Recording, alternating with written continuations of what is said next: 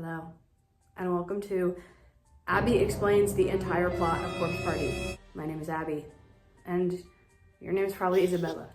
If you're not Isabella and you're watching this, or for Isabella too, trigger warnings, trigger warnings, trigger warnings. This thing is gruesome, it is dark, there's lots of gore, there's lots of death, there's lots of torture. It gets crazy pretty fast, and it's really gruesome. Without further ado, let's get freaking started with the plot of Corpse Party. Also, do you like my little pointer? It's gonna be flimsy ass. Fine, I guess I can hold the hand of it. Okay, let's begin. The game starts with red text on a screen saying, "Sachi is my pride and joy. She would do anything for me. I don't even think she'd recognize me anymore, but I still love her with all my heart." Bam! Cut to Kisaragi Academy. We follow a group of high school students and they're all sat around on a dark, stormy night telling ghost stories. I'm just gonna do a quick character introduction here because this is in the game where they kind of like flash little character intros and tell you things. First of all, we've got Satoshi. He's described in the game as kind, cowardly leader. I describe him as kind of white bread man hero. He's kind of just there for like leading man vibes. Then we have Naomi, one of my many Sheilas. She lost her father a few years ago, and now her mother and her depend on each other. She's overall optimistic and cheerful. She's interested in nursing and wants to join medical school. Now that fact is brought up one time, and I brought it up because I think it's funny because she is not good with gore, not very medically able to do anything, so that's really interesting to me. You would consider her the foil to his leading man, yes? Then we have Seiko. Sachi is my pride and joy. Seiko is my pride and joy. I love her. She's gay as fuck. She's big lesbian. She's very close to Naomi. Her mother left when she was young, so she takes on like motherly roles with her brother. But really, she's just kind of like sarcastic, fun, witty girl. And I love her. And also, again, dude, I mentioned she's gay and in love with Naomi. Yes, I did. Yuka is Satoshi's little sister. Now, she is described in-game as being So tiny, she's so little, she's in middle school. Huh? The girl's 14. We need to clock that because the whole game she acts like she is like 4 years old. You know how like in animes and manga they have like the, you know, the brocon shit. Can I say that? And basically, she's obsessed with Satoshi. She, again, is in middle school, so she's not here at the beginning, but she comes in like 2 seconds, so I just put her there. Morishige. He's described as Mr. Loner Dude. He's in theater. Shout out. He's very socially awkward, and he is friends with Mayu, who is really like innocent girl, bubbly, very kind heart. Then we have Ayumi. She is really into scary stuff and the occult. Yoshiki, he's bad boy. He's Mr. Rebel, he's sarcastic, he's cynical. And then we have Miss Yui, whose main character trait is I'm a teacher and I love being a teacher. Boring as fuck. So I put them in these things because this kind of represents their relationships, friendships, and otherwise. Naomi is kind of in a love triangle, slash maybe square. Like, again, his sister! But I digress. With Seiko and Satoshi. Seiko is like in love with Naomi. We're gonna get more into that later. But Naomi is in love with Satoshi, even though she doesn't really, again, we'll get into it. Morishige and Mayu are best friends. Question maybe more. Same with Ayumi and Yoshiki. So there are all our character descriptions. Let's get back to the plot. They're all sitting in a room describing creepy ghost stories, and this is the story that Ayumi describes. She says, at this very same high school, a teacher lost her footing on the stairs on the rainy day, tumbled, fell down the stairs, and died. Supposedly, before Kisaragi Academy, which, reminder, they are currently in, there was a school called Heavenly Host Elementary School. After a while, the school shut down, and the principal, who was said to have cared so much for the students as if they were his own children, was so distraught that on the day of the closing, he climbed up onto the roof and threw himself to his death. They're like, ooh, really scary and it's storming in the lights. And then like all the lights go out and they're like, Ayumi, was that you? And she's like, no guys, did you hear that sound? Boom, and it's the teacher walk in, little jump scare. She's like, haha, she turned on the lights and she's like, guys, I hate to say it, but like, we gotta close up shop. Like, we gotta actually like go home after school. And we learned that the reason that they're basically staying here after school is because Mayu is moving away to go to a different school. So they were having kind of like one last hangout, one last hurrah. Oh, also Yuka comes in with Miss Yui. She's like, she brought your umbrella because it's stormy. She's such a good sister. So now she's here. They're doing this one last kind of like hurrah before she goes to no school. There's a whole bunch of training and being like, we're never gonna forget each other. We're best friends. And Ayumi is like, OMG guys, I saw this thing online on this forum that there's this charm called Sachiko Ever After. And if we do the charm right, we're gonna stay friends forever. And everyone's like, this is such a good idea. This is such a good idea. So they each gather around and grab one like tiny piece of paper of this little like paper doll.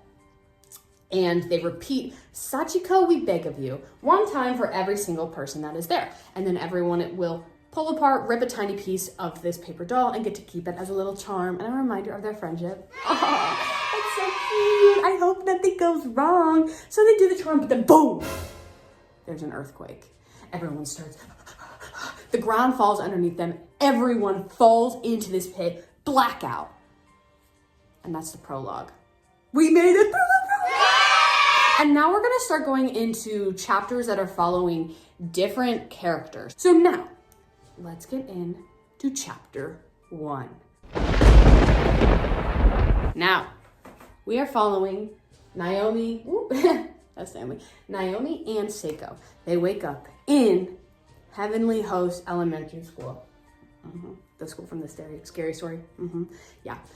So basically they are in a dimension of the school that they were talking about in the beginning. So their dimensions are kind of determined visually. And as we skip across dimensions, I'm going to put them in different places. But know that I view them as this one has like a yellowish tint. This one has kind of like blue floorboards, purple floorboards, and then red. So as we move between dimensions, I will move the characters from place to place to keep track of like who is who and where. But know that we're dealing with multi-dimensional stuff for now.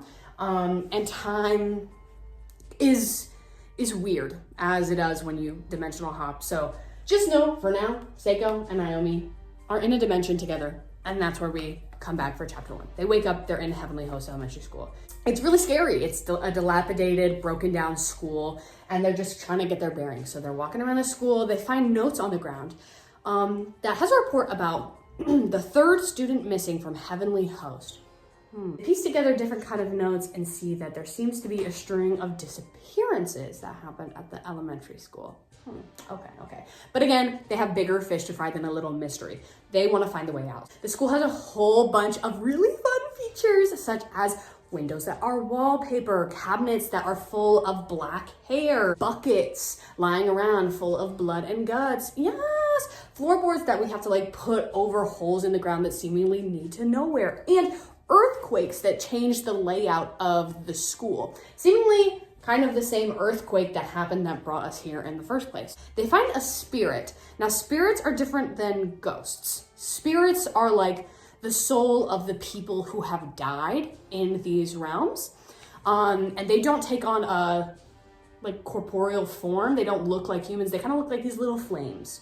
And they find a little flame. It basically explains the dimensions that they are stuck in. It says, this is a cursed multidimensional nexus, multiple planes of existence all piled on top of each other, created by powerful, vengeful spirits. And then as he's saying that, a ghost of a girl in a red dress pops up and stops him from speaking anymore. Know that she kind of hops between, and all ghosts and spirits can hop between dimensions while the living cannot. There's my little ghost girl, and I don't give a who what you do say. Exactly. So there she is. And yes, I'm not putting names on some characters on purpose. I have the mind of a master. I have the mind of a master. So right now, this is just little ghost girl in the red dress. They find another note explaining that if you die in this dimension, your soul will experience the pain that you experienced while you were dying for all of eternity. Girls keep trucking along. Obviously, their spirits are really down, and one of them comes across a hallway, and at the end of the hallway is a like mangled smushed body. Seiko describes it as if someone was thrown from the other end of the hallway at superhuman speed. Basically, it's really gnarly. Boba tea, not boba tea. They keep going upstairs. You see a little ghost boy following them. They go to the bathroom, and this is one of the weird, gay, yes, but weirdly sexual, also yes. So they come across the bathroom, and Seiko's like, do you have any of that butt paste that you have? What? And she's like, yes, Seiko, you're so crazy. She's like, I'm gonna go butter up my ass. And then she goes to the bathroom and does exactly that. The important thing is Seiko goes into the bathroom. I just wanted to point out the lesbian moments. So they go into the bathroom, she comes out. They go into a classroom that has scratching on the floor that says, don't read the newspaper. So obviously we're gonna read the newspaper. And the newspaper talks about the disappearing kids from Heavenly Host Elementary School. This time, however, it mentions that there has been a murder. It describes finding a corpse that appears to have had its tongue severed and mutilations that are far too grotesque to describe, right? The person of interest in the article is cited to be a male instructor / janitor. They kind of use the two interchangeably, who was holding a pair of scissors. Okay, so now they're like, things are getting more gruesome. They leave the classroom, but Seiko has lost her little paper charm. I'm sure that will mean nothing and have no catastrophic consequences for her. Not my Sheila. They decide to go rest up in the infirmary because in classic fashion, Naomi's like, oh, I twisted my ankle, I'm so hurt. And Naomi's like, don't worry, babe, I got you. Let's go sit in the infirmary for a little bit. So they're sitting in the infirmary when they hear the cry of Yuka, Satoshi's sister. Obviously, they don't know about, they know that there's multi-dimensions because of that spirit, but they don't know who's in the dimension with them, if they're alone. They don't know anything like that. They hear Yuka scream, and they're like, oh my God, I gotta find her. But being the lesbian she is, she's like, no, babe, I got this. I'm gonna go see if Yuka's okay, see if I can find her. You stay here and rest up. In true classic horror fashion, they split up.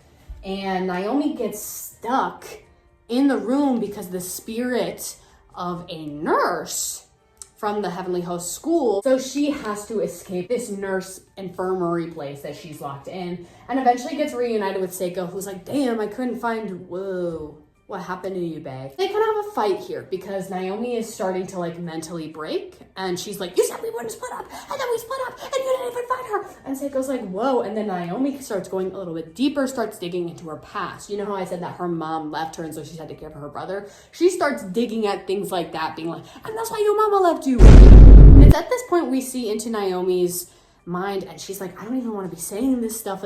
Seiko's my best friend. I don't know what's coming into me. And this is where we get introduced to a concept called darkness, right? And it gets explained later as we go on through the story, but basically it's just kind of like the school, the spirits, all of the things of this kind of infiltrating your mind and making you go insane and act in ways that you wouldn't, almost as if you were possessed. In this case, she's kind of possessed, saying what she is to Seiko. She doesn't want to, but she's starting to go insane. She's losing grip of her reality and her sanity. So she says those things, and Seiko's like, okay, let's take a break. And they split up again. You guys can't do this. So they split up again. Seiko hears a voice following her, and then we're done with her POV.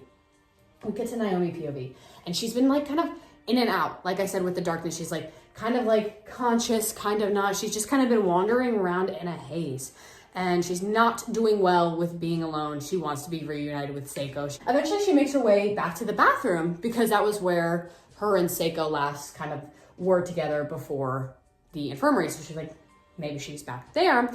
She goes back to the bathroom and hears a noise, and there's 4 stalls, and she hears a noise from one of them, and she's like, Seiko bae, is that you? Knock, knock, knock. Opens the door. She's hanging from the top of the bathroom stall. Yeah. It is a brutal and gruesome. And she's like, no, she's dead. But no, she's not dead yet. Starts basically speaking through, and Naomi's like, oh my God, she's still alive. I don't know what to do. She starts freaking out. She's like, I'll go grab that bucket full of blood and guts and have her stand underneath it. So she runs outside of the bathroom to grab the bucket of blood and guts, comes back. My Sheila. she has passed away. I will remember you. With Naomi looking at Seiko's dead body hanging in the bathroom stall is where we leave chapter 1. End of chapter 1 and end of my girl. I'm gonna take her off the board because, well, she's dead. On to chapter 2. Chapter 2 starts with a flashback between Naomi and Seiko. And it's genuinely just Seiko being like, oh my God, your ass won't quit. Your body is so, I want to put my hands on it. Just a gay-bo ass scene. We get that sweet little flirty scene. And then we cut back to the present and Naomi's just kind of like watching Seiko's body dangle from the bathroom stall.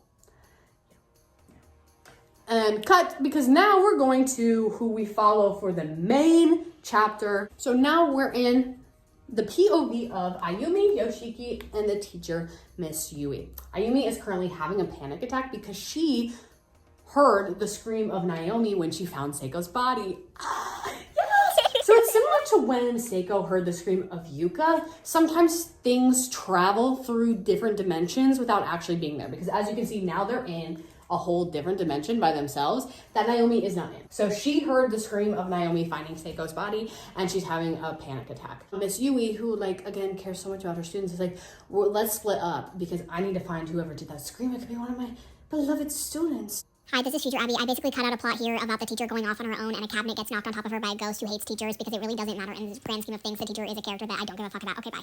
They go out into the hallway and see a whole bunch of corpses. OMG. It's like they should have named this game Corpse Party or something like that. They're walking down and one of the spirits, because in like when they're dead, the spirits can sometimes be like, ugh, you know, and say some things. And they walk by the spirit that says, Kizami. Important name to remember. And then there's a little ghost boy behind him. They continue walking and Ayumi gets possessed by the school nurse, who again trapped Naomi in the nurse's office earlier. So nurse is there, walking to the nurse's office, and Mayu is gabbing it up with this ghost boy, who again has been trailing them throughout the hallway. And this ghost girl, which I don't know if you can tell from the photo, but I'm gonna put a photo on screen, has her head severed at the jaw. She's gabbing to them as if they're just like old pals. Oh, she's like, Maya, are you okay? And she's like, these kids, they're not bad kids. I know what you think. They've just been through some hard stuff. I feel really bad for them, so I'm gonna stay here. And they're like, girl, you actually can't stay here. And she's like, yes, I can. Look, they gave me this newspaper article to read. She gives them a newspaper article, and the article talks about the 4 disappearances at Heavenly Host. Said the brutal deaths of the kidnappers were traced back to the instructor. He was holding a pair of scissors. So now we have a suspect, a murder weapon, and now it's confirmed that these two are 2 of the 4 disappearing kids, murdered kids from Heavenly Host, the original incident. The newspaper article continues on to say that the scissors he held are confirmed to be the ones used to cut out victims' tongues, ultimately leading to death by excessive bleeding or choking. One of the victims even had a majority of her head slowly and methodically removed. Mayu says she's going to stay with them because obviously the things that happened to them were so horrible. Ayumi and are like, we gotta go. And she's kind of like, okay. Mayu tries to leave, but then the ghost children kind of turn like craziness and lift her off the ground like. It's at this moment I'm realizing the ghost boy is actually not in the photo and it's the ghost girl instead. So #sorry I messed up. And there's nothing they can do because it's like they can't touch the ghost children. So they leave the room trying to find another way to like help get her out of this. When they go into the hallway, they meet another character. Out in the hallway, they see Naho. Naho is a spirit of a dead high school paranormalist who wrote the article about the charm that Ayumi used. So Ayumi recognizes her and it's like, OMG, queen. And Naho is like, basically like, I came here to this dimension on purpose because I was looking for someone. They're like, OMG, if you came here on purpose, then maybe you know either how it went wrong or how we can get back. Can you speak more on that? And she's like, no. I cannot actually. And you actually should probably be worrying about your friend and how you can help her. Okay, fair point, Naho, fair point. So she gives them some info that can maybe help them save Mayu. She says that the key to escape basically lies within these children. And if they can find a way to put these children to peace or to appease them, then maybe they can go home. So they're like, okay, now we got a plan. We're exploring the school to find a way to bring these children to peace. While they explore, they find a doll. More specifically, just the doll's head at this point. And its voice box says to return it to its body. Eventually, they also find its body throughout the school. And it starts speaking with a voice detailing killing the kids. Saying, end quote, to have killed those kids, I was not in my right mind. I did not want them to die. I was so scared too. It starts repeating, I'm so sorry, over and over and over again. And it ends with, I'm actually a good person.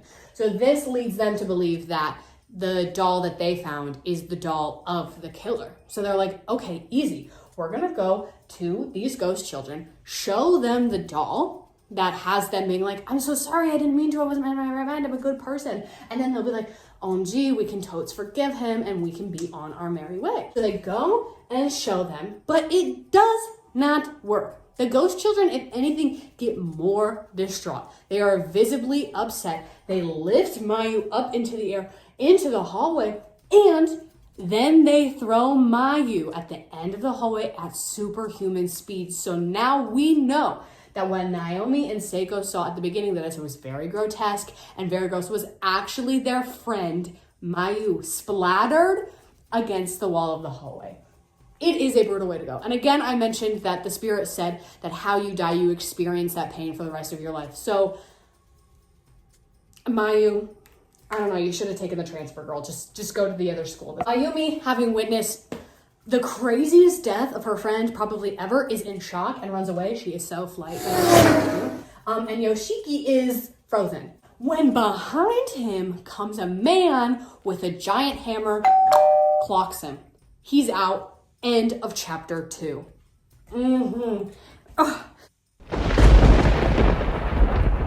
So now we're on to chapter 3. And chapter 3 actually starts with a little bit of insight from a cast from another school. Because, I mean, we're seeing all these bodies around, so it's very clear that lots of people have come to these dimensions and died here. they're not really important, the characters themselves that are in this flashback, more so for the other characters that they speak to. So I'm just going to refer to them as like a girl. Then we started seeing this one girl and she's crying about how one of her friends got dragged away from someone with a hammer. Talk about my boy Yoshiki. And she gets reassured by one of her friends, but then that friend gets attacked by someone and the girl runs away, but she runs into the ghost child and she's screaming. Then we cut back to Naomi POV and we get a really sad scene of her and her phone rings and it's her mom on the other end being like, oh my God, Naomi, you picked up. Can you hear me? It's your mom. Like, please, if you can hear me, just say something. I'm worried about you. And she's screaming, being like, I'm right here. Help me. I'm right here. But she can't hear her. So then she's freaking out, being like, why? I'm all by myself. And Miss Naho, who again is a ghost. She's a mammoth, of course. So she jumps to Naomi's dimension. And she's like, well, congratulations, girl. You're fucked. Seiko was the only one in your dimension. And now that she's dead, you are gonna be by yourself until you die and go insane, because that darkness that you were experiencing, yeah, it's just gonna grow, girl. So have fun. And then she dips. You just really know what to say to a girl. So then we actually are gonna cut to the POV that we follow for most of chapter 3, and that is Yuka and Satoshi. This whole chapter literally revolves around Yuka being like, hi, I have to pee really bad. Girl, it's a haunted school with blood and guts everywhere. Just piss on the floor. They spend like the majority of the chapter walking around looking for a bathroom to Yuka to use. And they run into Morishige. And Morishige is looking at pictures on his phone and eye-jaboling. He is ruffling. He's looking at pictures being like, this is... And they're like, OMG, what are you looking at, Morishige? He turns the photos.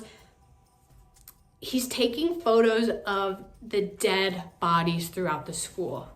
Currently, what he had pulled up his phone is the dead, splattered body of Mayu. And they're like, what the F? You're going crazy. So Morishige is like, I'm really looking for Mayu right now. So he's like, so let's split up and look for her. And they're like, yeah, sure. They're not really eager to like buddy up. And I wouldn't be either. You know, this is one time that I say like, okay, it kind of makes sense for you to split up. So Yuka and Satoshi go outside. There's a different part that goes to a little like hallway balcony thing that leads to a different wing of the school. Satoshi's like, okay, Yuka, since we're outside, just climb the little fence, go piss, I'll wait inside. But boom, she sees little ghost girl and she gets scared and runs back. but Satoshi is not in the building.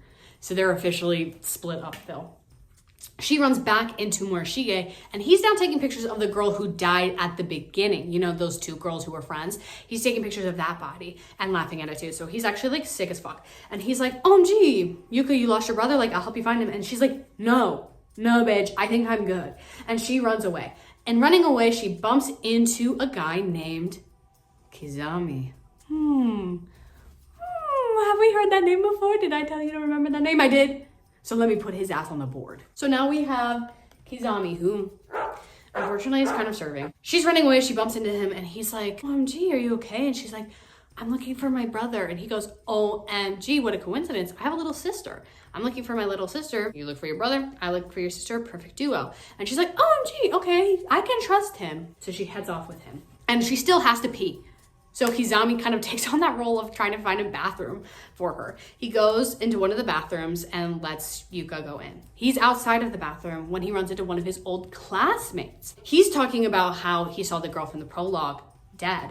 And he's like, do you think the ghost children killed him? Like, what's going on, man? We need to stick together. When Kizami pulls out a knife and stabs him in the gut. So obviously those spirits that we had heard talking about Kizami were talking about him being evil. His friend is like, what the fuck, dude? And he gives this really long, scary speech about basically being like, we're gonna die in here. It really doesn't matter if I kill you or the ghost children kill you. You're gonna die anyway. So now we're stuck in here with scary ghost children, a serial killer teacher, and just someone who came to these dimensions is like, well, now is my excuse to just be the serial killer that I want to be. And he's with Yuka. So this is really awesome. So now we're gonna cut back to Satoshi. He is in a room by himself and he finds a cassette tape made from someone named Kabiki. And the tape talks more about the disappearances and the murders of these children, saying that 3 of the missing children were found dead in the room beneath the elementary school. But the 4th child was thankfully still alive. Their surviving student gave the testimony that put the teacher with the scissors in jail with multiple counts of abduction and murder. He pleaded insanity, which led him to go to the mental hospital. And then it was found out that that teacher who did that was none other than the principal's son. The man, he did have mental illnesses, disability. They don't really go into detail about what it is, but basically he was losing his speech over time, so he wasn't able to talk. Eventually, the teacher escaped the mental hospital, went back to the basement of the elementary school, and hung himself there. And then we know, of course, that when the school eventually closed down, the principal went off the roof and threw himself to his death. The person who is making the tape, Kabiki, says that he thinks the answer of what happened here lies in the girl with the red dress, who he says was the sole survivor. Now, this raises some questions because we saw, and there is a spirit of a little girl in a red dress. Why, if you survived the crime, would you come back? So something's not adding up. Naho pops up to Satoshi and it's like, BT dubs, you're only here because someone fucked up the charm. Because remember, she made the website that Ayumi used. And he's like, what? And she was like, yeah, the only way that you can get stuck is in this dimension is if someone fucked it up. And she starts really encouraging him to like point fingers and blame. He's like leading man type shit. So he's like, whatever. But she does kind of imply that the scraps of the charm, if you lose it, something bad is going to happen to you / you died. So this kind of would make sense because Seiko lost her charm with Naomi earlier and we saw what happened to her. So with that, we leave chapter 3. Now we're going to get into chapter 4. Hi, this is just a message from future Abby that I think chapter 4 is the most confusing and hops the most POVs, so please bear with me, be kind with me, it's my first time living. So as you can see, like we're all in our different dimensions. At this point, we're gonna kind of hop POVs a lot. We cut to Satoshi, who actually is in the same dimension with Naomi. So kind of like, fuck you, Naho, because she was all like, no one's gonna cut me here for the rest of your life, you're gonna die alone. And then an earthquake happened, he got separated from Yuka and he's here.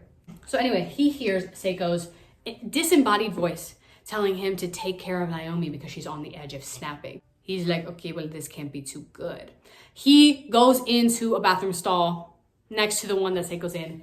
She's hanging herself. So Romeo and Juliet, like I really do appreciate it, but now is not the time, Naomi. He goes underneath her legs, which loosens the noose, and she falls down free to the ground. Yeah, obviously they have a big reunion moment, whatever, and it's a little romantic, but I don't care about the romance because I don't care about the straighties. She's like, I don't remember hanging myself at all. I don't remember attempting to do this. And he's like, well, you know, maybe, because she tells him about Seiko.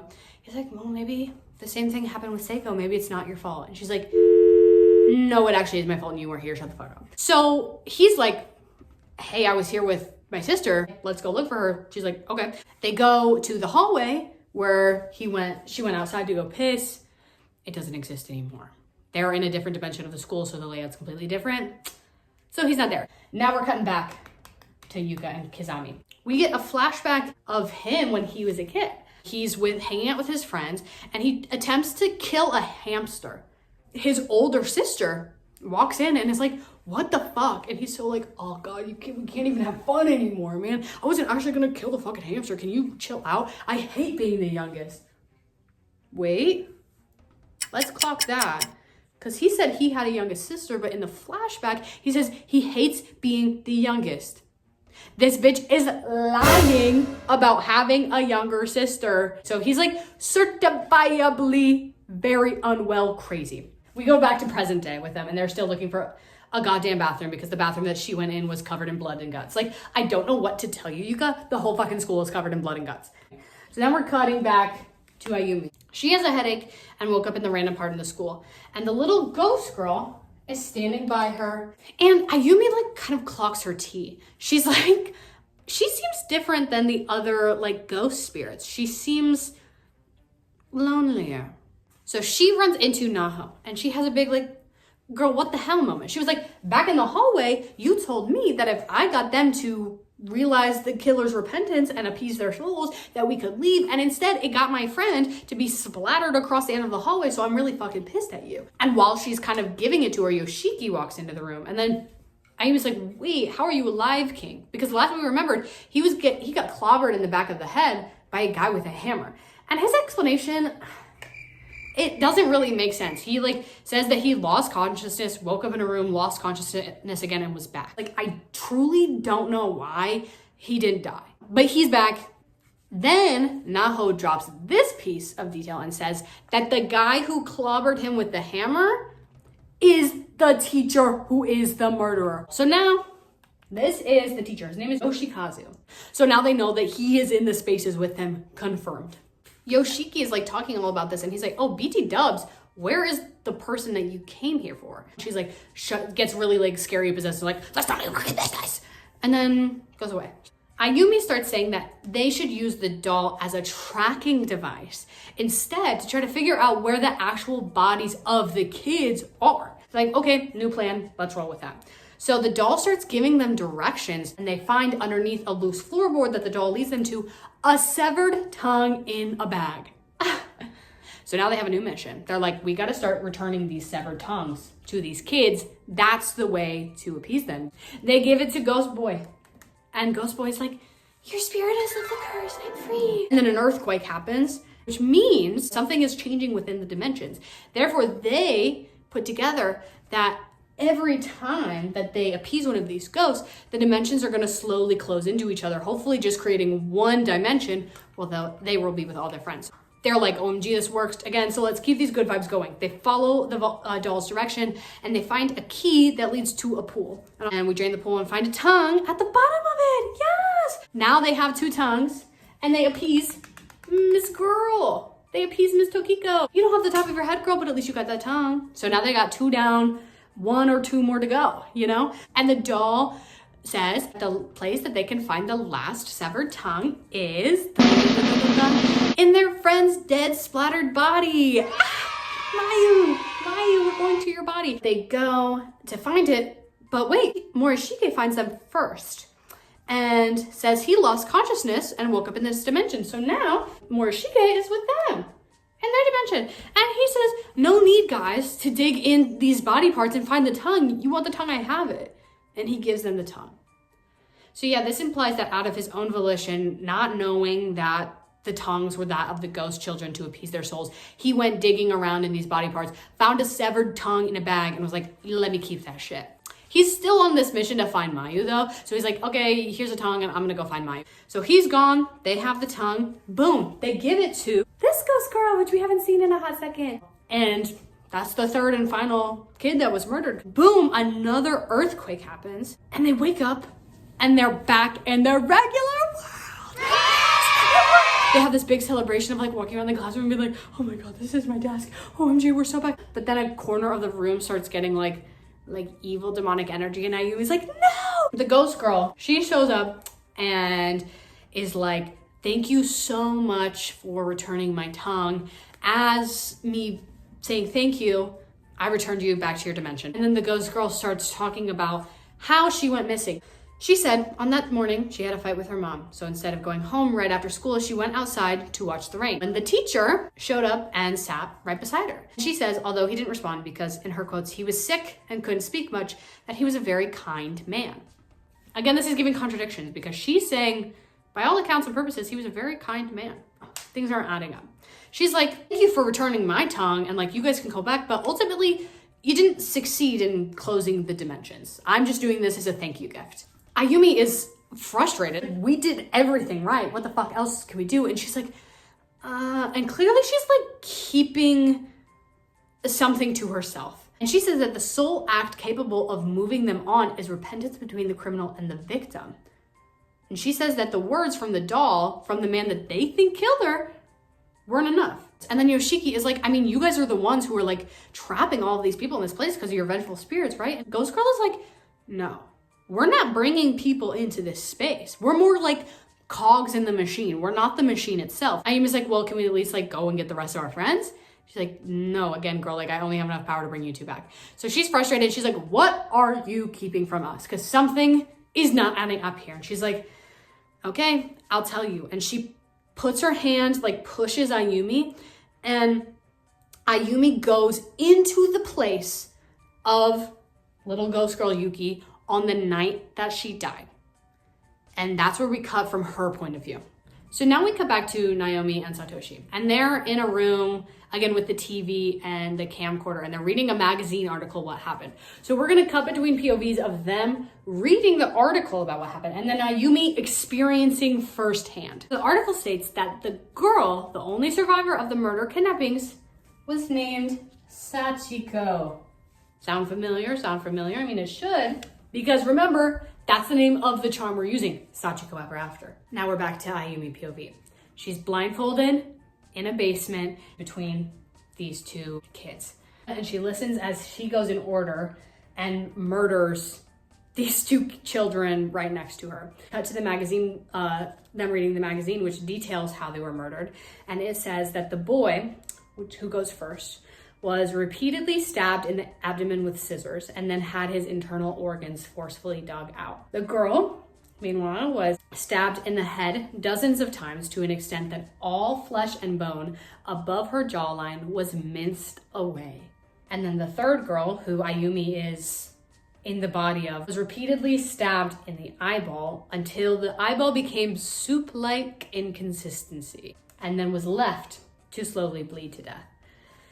And we hear all of this from Ayumi happening as we cut back and forth between them reading about it. We hear all of it going on. Like it is, whew. Now we cut back to Ayumi. She gets her blindfolded removed and sees that the murderer is Sachiko, one of the kids. It's not the teacher who cannot speak. He got framed. She takes off the blindfold and finds Sachiko holding a pair of bloodied scissors over her. Yeah, so now we got huge reveal for the whole thing of the person that brutally murdered these three kids. And as you'll find out, many others, is this girl Sachiko, the same girl whose charm that we used to come to the school. So we cut back to the magazine and we find out that all of the tongues were cut out post-mortem. The author of the magazine, Kabiki, is like, I don't know that I buy that the teacher killed those kids. It didn't look like he used his full strength when committing the crimes, because again, he's a full grown-ass man. She's a 7-year-old little girl at this point. So he says, I don't buy it. I need more information. But my apprentice found a way that I can get some more first-hand information the Sachiko Ever After charm. Now we know that this man's apprentice was the one who created the Sachiko Ever After charm, which led all of us here today. We end chapter 4. One more left.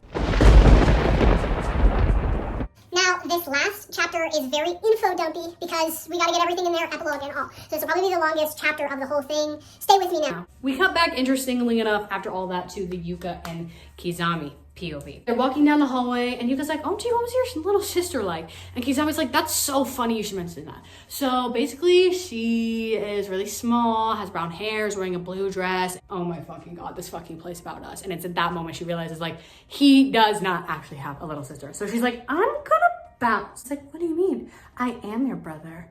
Yeah, this is where a big chase sequence happens throughout the game. So she's running and then the ghost of Sachiko is like, follow me, I'll help you.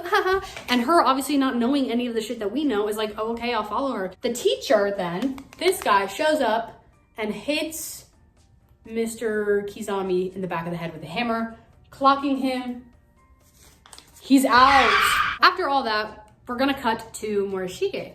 He's still trying to find Mayu. Like, Damn, this whole school, you'd think you'd be able to find Mayu. Like, I need to look at my favorite picture of the dead body. And of course, it's Mayu splattered against the end of the hallway. And he's like having a little giggle fest again.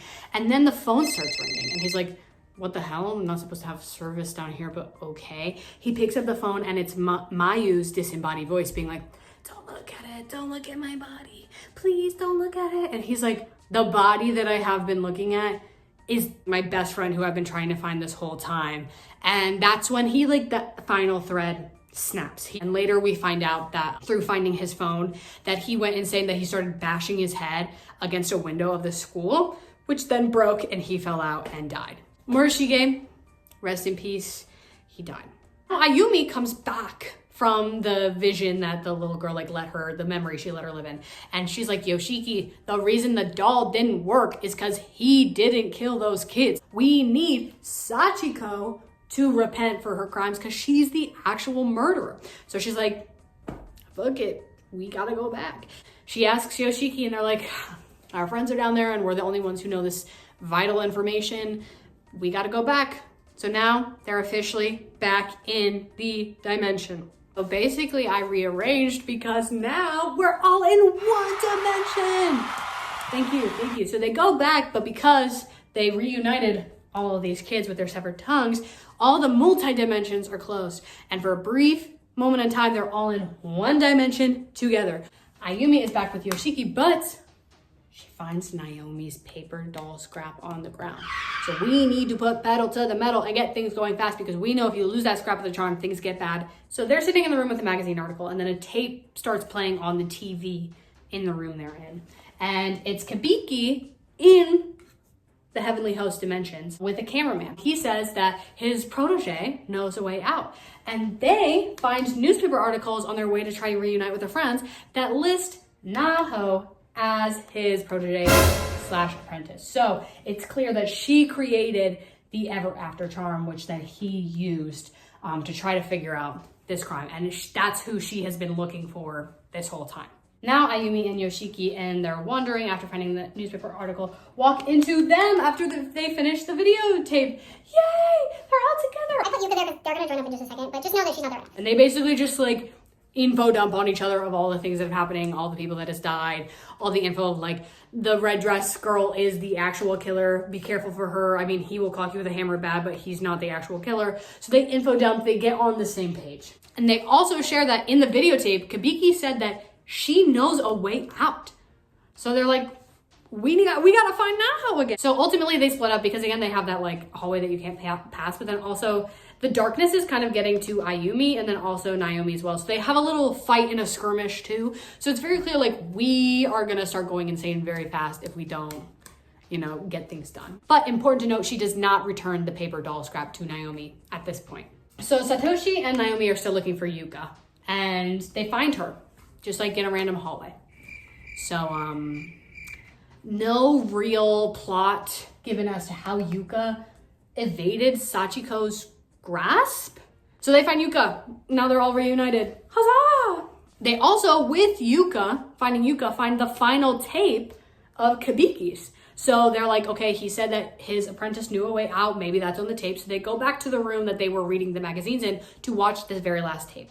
They go to the room and watch it, and it details Naho, who's already dead at the time, killing Kabiki. And then they're like, wait, do you smell that? And in the room they're watching the tapes in is a closet. They open the closet. It's both of their dead bodies. But then Naomi's like, wait, is this a fake wall behind? And they push the wall, and it is. And it's a ladder that goes down into the basement of the school, which is, again, where all of the killings took place. Ayumi and Yoshiki, on the other hand, find an old journal of Naho's detailing the full Sachiko Ever After charm. And they read it and find out that she deleted a part of the charm on purpose. At the beginning, you're supposed to chant Sachiko Ever After once for every person there, and then add another one for Sachiko herself. She purposefully deleted that part of the charm so that more people would get stuck and go into these dimensions. And so he would have more murders and deaths to write about in his article. The whole reason they're there is not because they fucked up, is not because they did anything wrong. It's because she was obsessed with him and wanted him to be a successful writer. She appears in the room and Ayumi is like, you've killed all of these people for what? For what? And Naho is basically being like, you don't understand. You think you know things, but you don't. And again, I have to find him. And she's like, find him, girl. You killed him. You know that you killed him. And this is how you did it. And she goes insane. Naho being like, no, I didn't kill him. And then she gets kind of like evil, dark energy enters her body and she goes away. So now, all of that solved, all of those loose ends tied up, they all joined together before they would go back down into the basement. And now, finally, Ayumi's like, OMG, I totally forgot. Here is your paper scrap charm. Thank you. Something to actually mention that I didn't mention in the plot, because I realized she's still here. When at some point when they are off on their own on this one dimension, Miss Yui shows up and the floor like falls underneath them, and she is like, go, that's okay, I got it, even though they could have pulled her up, and she dies. She was like a nothing burger character and meant nothing, should have been cut. Another earthquake that makes them fall into the basement that they discovered. They have to go through a hallway that is full of singing children. And there's a door at the end of the hallway that says, Sachiko, I'm cleaning up in the reference room. Please wait for me there until I'm done. They open the door and it goes to the nurse's office. Go and they find a ghost of the nurse in the nurse's office. And she starts saying, Sachiko is my pride and joy. Does that sound familiar? Yes, because at the very beginning of this video, I said the text opened up saying, Sachi is my pride and joy. Boom, the nurse of this school is Sachiko's mother. Okay? Then, after they're piecing that together, being like, Sachiko, she starts repeating, how dare you harm me? I won't forgive you. How dare you harm Sachiko? I won't forgive you. And Satoshi sees behind her on the desk is a diary of hers. So before they run out of the room, he nabs that. So they're out in the hallway where it's safe and they start reading the diary of this nurse. And here's where a big info dump important thing happens via the nurse's diary. So we basically find out she was a nurse at this school and her daughter Sachiko was a student there. There's a lot of just like kind of mundane journal entries being like, it was her 7th birthday and I got her a stuffed cat plushie and, you know, lots of like normal mom and daughter things. And then she details how one night she was staying behind after the school closed, similar to that note we saw on the outside of the door being like, I'm cleaning up in the reference room. Wait for me, Sachiko. When the principal came in, this is what he looks like, principal. So he came up to her, approached her after school one day and basically started attempting to essay her, like unbutton her blouse, stuff like that. She was rejecting his advances, trying to fight back, and she got pushed accidentally down a staircase where she fell and broke her neck, thus her ghost having its neck broken. But Sachiko, if you remember the note, was waiting outside for her to be done.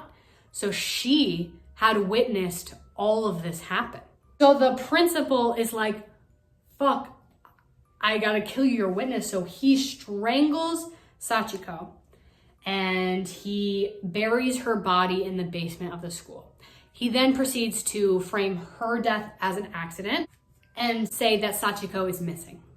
We continue to read on the diary that Satoshi has, and it says, Sachiko is my pride and joy. She'd do anything for me. She'd even kill people to keep me company. She sends me so many children, and I love them all. I have to make her stop. And then she vows to curse the bloodline of the principal, which we know the teacher who was involved in the killings was the principal's son. So the principal starts going so insane. He starts thinking that the buried body of Sachiko underneath this school is not actually dead and is going to reanimate and tell everybody about what he did. So then later he goes back into the basement and cuts out the tongue of Sachiko. Therefore, that's why Sachiko and all of her victims, she cuts out their tongue afterwards. After all of that had happened to her, she has so much what they describe as negative spiritual energy that bottles up, that she regains a corporeal form of sorts in the body of this little girl. How that is explained, I don't know. And for revenge of what happened to her mother and her, she kills children and sends them to what she thinks is a dimension that her mom is in to keep her company. Eventually, through killing these kids, Sachiko just starts losing her humanity and her rationale, and she just starts going insane. Sachiko's mom says that when she kills, she's essentially erasing their existence. So no one in the alive world or someone outside of these dimensions has any memory that the dead people even ever existed. There's no trace of them. So that's kind of where they end the diary entry. With that knowledge of the principal having cut off Sachiko's tongue, they go and find the principal's office in the school, and in his desk is the cut off tongue of Sachiko. So they all find their way into the basement of the school in different ways that ultimately don't matter. They crawl in through an incinerator, they go through that ladder in the closet in the secret room, but eventually they all end up in the basement. And actually in the basement, they run into the cameraman of Kabiki, who's still alive, surprisingly. But he sees Naomi and screams and runs away. So that's really interesting. So they're like, again, going through this whole maze, trying to find Sachiko so they can return her tongue. They find a room where all of the bodies are kept, and they hide in there, and then Naomi sees the hammer man dragging Seiko's body out, and she follows them. But basically what you should know is that for a little bit of the ending sequence, Naomi is not with them. And they try to go and find her because the whole group rejoins up, but Yuki's like, she has to actually defeat the darkness that's within her mind before she can come and like go back with you guys. So Naomi's kind of like on her own separate mission, and they find Seiko's body in the basement. Before I get with them dealing with Sachiko, let's cut to Naomi and the trial that she's dealing with. So she follows Seiko's body, but instead gets into a room with the TV. And the TV is following the cameraman's footage. The reason he was scared of her and ran away is because in the video, we see a sort of possessed, trance-like Naomi dragging very much alive Seiko to the bathroom stall and hanging her up there and killing Seiko. So it's revealed that Naomi, in her trance-like state in that period where she didn't know where she was, actually went and put Seiko on the noose and killed her herself. And she's having this moment where she's having the darkness like completely almost kill her. But similar to what happened earlier when she got the phone call from her mom, she starts getting texts. And these texts are from Seiko beyond the grave, her spirit, basically being like, I forgive you. I know that that wasn't you. I love you. Make it through and go home for me. And they have this really beautiful moment. And Naomi comes to terms with the fact that like it was this place that made her that way and act out her way, was kind of coming to terms with what happened with Seiko, and she rejoins the group. So now they're all together. They go into the room where her body's in, and then the ghost girl appears, and they all are frozen in spot. And she starts walking up to Yuka and just starts stabbing her. Because again, the whole they can't move their body. So they're just kind of sitting there watching as she's stabbing Yuka. And then Sato, she's like, wait, I have something for you. It's your tongue. And that kind of works. But then they also mention the cat plushie that her mom wrote about giving her for her birthday. They give her the tongue and the cat plushie, and both of them together is kind of what brings Sachiko back into her body. And she starts crying and asking for her mother, and seemingly it worked. And there's the biggest earthquake that has ever happened since they've been there. And miraculously, they are all back at their high school. They actually made it back. All 5 of these people are back. But unfortunately, what they had wrote about in the diaries earlier about Sachiko erasing the memories of these dead people is true, as they go and continue their normal lives, and nobody remembers Mayu, nobody remembers Morishige, no one remembers Seiko. I can't forget her, my lesbian queen.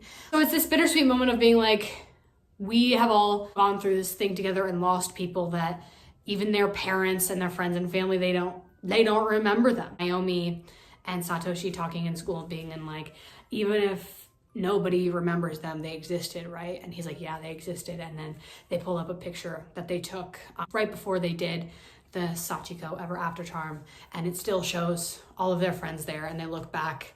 That is the end of Corpse Party. Wow. As you can kind of tell though, again, a bittersweet ending, because the dimensions, the space of the dimensions aren't fully closed. Sachiko was appeased, but these places still exist. And at the end, we actually see this ghost girl get a red dress put on her, assuming that like, just because Sachiko's appeased doesn't mean that the evilness won't just continue. So while they are free and out of this realm and their friends are there, it also is like, well, this place still exists. There are multiple sequels and also a short, I think 4-episode anime, OVA kind of thing about it. But they fuck with the plot. And they also get like weirdly like sexual. Yeah, I don't know. Fun facts about who dies in anime. They just kill off random people. Yuka dies. Kizami like brutally kills her, pokes her eye out and then stabs her. Shiki dies. When he gets clobbered in the back of the hammer, he just like actually dies. The only people who are coming back are Ayumi, Satoshi, and Naomi. And this is a really famous part of the OVA where they're gonna go back and they're like, let's just all repeat the charm in reverse with our little paper scraps. But Naomi had lost hers in the anime. And so he's like, oh, I had Yuka's. I was holding on to it for her. So Naomi, you take my charm. Ayumi, you take yours, and I'll take Yuka's, and then we'll go back. So they all three hold hands with Satoshi being in the middle, and then they repeat the charm, and they end up going back into the real world, but they each have one of Satoshi's severed arms, because if you use a charm of somebody who is dead, you can't go back. So he died in that process. So basically from the anime OVA, only 2 people survived. So it's not important to me, I just added that as a fun fact. So thank you. Thank you for listening to this whole plot. It was really messed up. It was really grotesque. But goddamn if 12-year-old me wasn't gripped by the story of a murderous little ghost girl. I hadn't seen The Ring yet, so what can I say? This was new and original for me. Thank you, Markiplier, for carving the way for me. And thank you for watching. I love you, I love you, I love you, I love you. Goodbye.